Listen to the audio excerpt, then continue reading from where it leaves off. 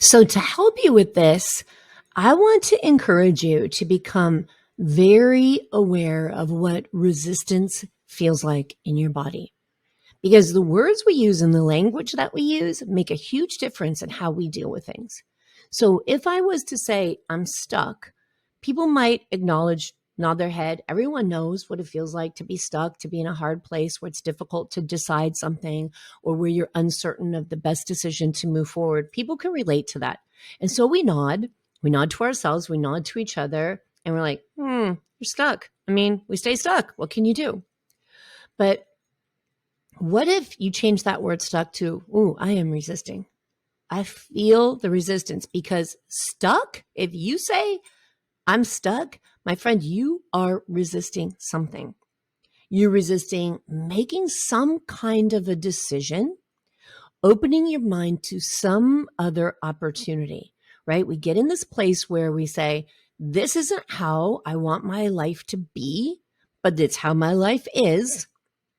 And I don't know what else it could be. I don't know what else to do. I'm stuck.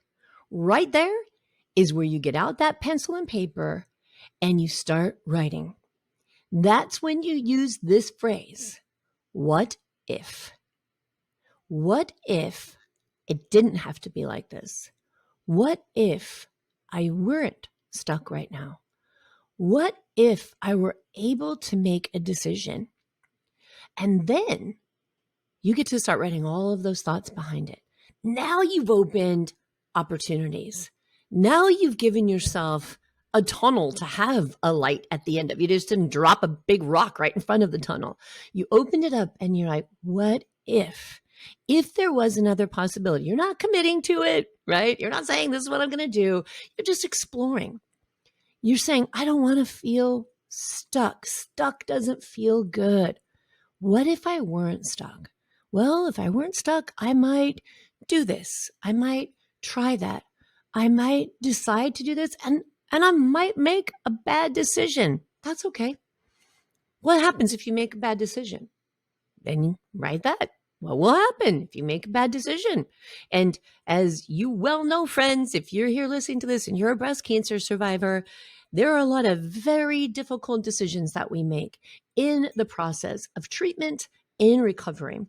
And it's not necessarily that we make bad decisions. We have to make decisions over choices that we would never want to make. We have to decide to do things we don't want to do. So it's not a bad decision as much as it is a difficult decision between two unappealing things, because we have to find a place to be really good with just where we're at.